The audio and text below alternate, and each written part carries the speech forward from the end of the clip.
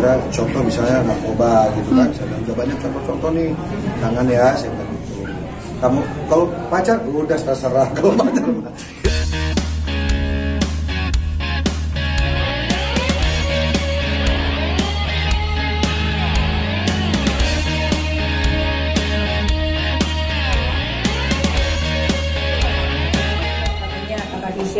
ada minat nih nanti untuk ke politik juga seperti ayahnya sama dirinya sama maminya. Kalau dari gestur, kayaknya kakak Ica ini ada ada bakat-bakat ngikut bapaknya kayaknya. Kalau dilihat dari gestur ya, cara dia ngomong, ya, diplomasi, gaya-gaya dia kalau sudah ketemu orang tuh komunikasi itu menurut saya wah ini bapaknya juga nih, kan. Tapi saya nggak tahu apakah. Tapi saya bilang persiapkan diri suatu hari nanti karena bapaknya kan sekarang lagi berkhidmat di PAN. Nah, one day kan namanya generasi kan kita pasti berganti.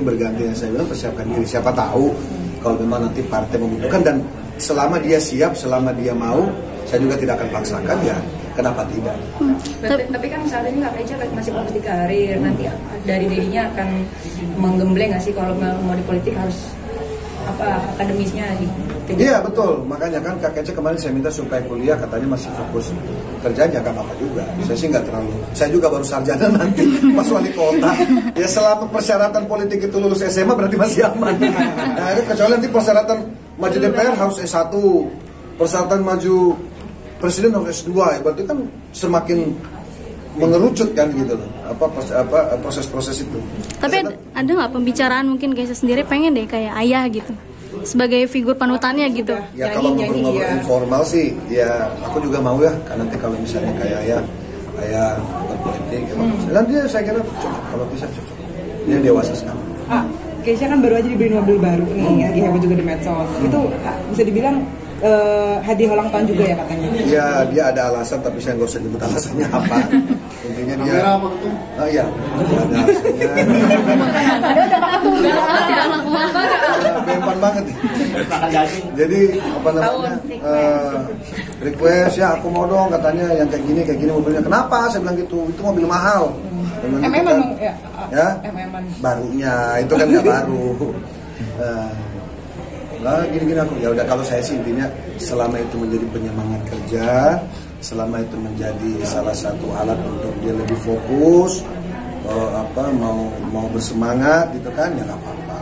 Tapi saya bilang ini dijaga, ini dirawat, karena yang pertama bukan masalah harganya juga, tapi namanya sesuatu itu tanggung jawab kita harus kita pegang, kita jaga. Tapi yang sebelumnya udah pernah beliin juga tuh. Iya, tapi kan kurang kecil katanya. Oh, bukan lebih gede? Bukan, jadi lebih kecil.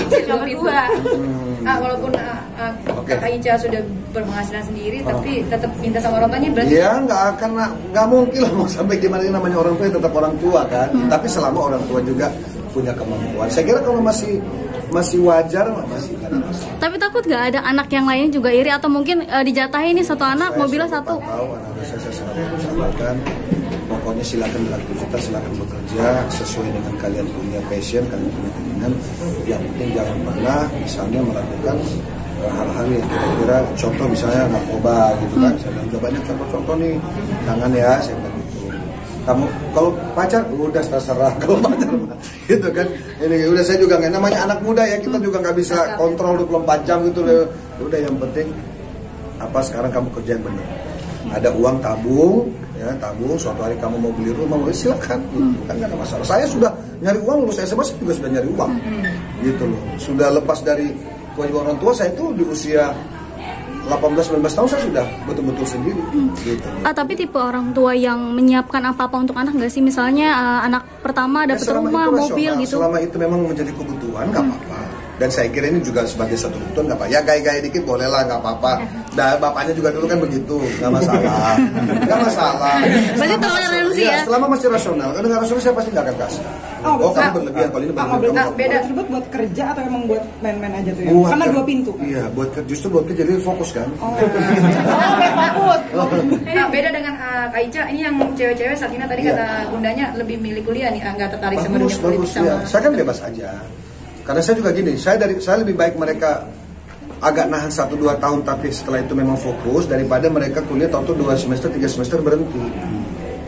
Saya nggak masalah gitu, nggak ada masalah, nggak harus.